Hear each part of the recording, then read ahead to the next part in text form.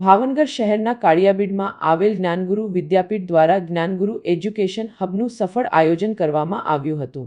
Education hub અંતર્ગત મનમરજિયાત શીર્ષક હેઠળ વિવિધ શૈક્ષણિક, સામાજિક તેમજ ધાર્મિક કાર્યક્રમોનું આયોજન કરવામાં આવ્યું હતું। ભાવનગર શહેરના ઝવેરચંદ મેઘાણી હોલ ખાતે યોજાયેલા મનમરજિયા કાર્યક્રમમાં વિવિધ રંગારંગ રજૂઆતો જોવા મળી હતી। કાર્યક્રમ દરમિયાન સમાજમાં સકારાત્મક મૂલ્યોનું સંદેશ આપતા સાંસ્કૃતિક કાર્યક્રમો, પ્રેરણાદાયી રજૂઆતો તેમજ ધાર્મિક કાર્યક્રમો દ્વારા ઉપસ્થિતોને ભાવવિભોર કરી દીધા હતા। કાર્યક્રમમાં વિદ્યાર્થીઓ, શિક્ષકો, વાલીઓ તથા શહેરના નાગરિકોની મોટી સંખ્યામાં ઉપસ્થિતિ રહી હતી। સમગ્ર કાર્યક્રમ દરમિયાન ઉપસ્થિતોમાં અનેરો ઉત્સાહ અને ઉમંગ જોવા મળ્યો હતો। જ્ઞાનગુરુ વિદ્યાપીઠ દ્વારા આયોજિત આ એજ્યુકેશન હબ અને મનમરજિયા કાર્યક્રમને શહેરભરમાંથી સારો પ્રતિસાદ મળ્યો હતો। સાગવાડી યુનિટની અંદર અમારું જે ગ્લોબલ કિડ્સ ચાલતું હતું એ આખું યુનિટ છે એ અમારા આજના એનાઉન્સર અને માધવી મેમ છે એમને અમે સમર્પિત કરશું। એ વેલ ઇન્ફ્રાસ્ટ્રક્ચર સાથેનું આખું યુનિટ છે એ હવે ટોટલી ગુજરાતી મીડિયમ બાલ મંદિર છે એમને અમે સોંપીશું અને ખૂબ જ સરસ એ ગુજરાતી મંડળ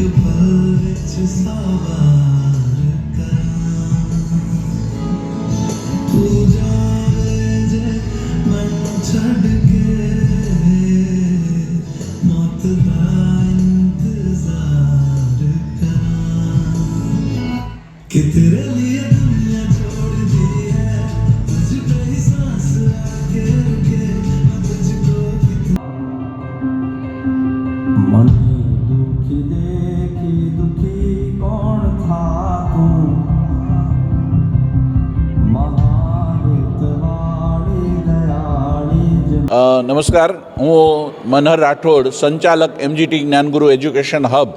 આજે મેઘાણી ઓડિટોરિયમ ખાતે અમારું એન્યુઅલ ફંક્શન મનમરજિયા છે તેનું આયોજન કરવામાં આવ્યું છે। આજે સમગ્ર દિવસ દરમિયાન અમારા વિદ્યાર્થીઓ છે એ અહીંયા વિવિધ પ્રકારની કૃતિઓ છે એ પરફોર્મ કરવાના છે।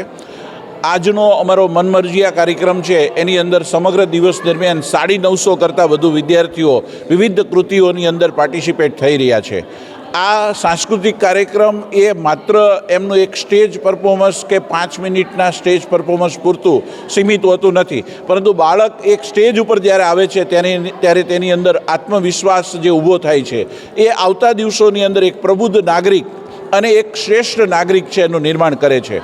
એટલે આ પ્રકારનું જે આયોજન છે એ વિદ્યાર્થી ઘડતર માટેની એક મોટી ફલશ્રુતિ છે એ એન્યુઅલ ફંક્શન દ્વારા મળતી હોય છે।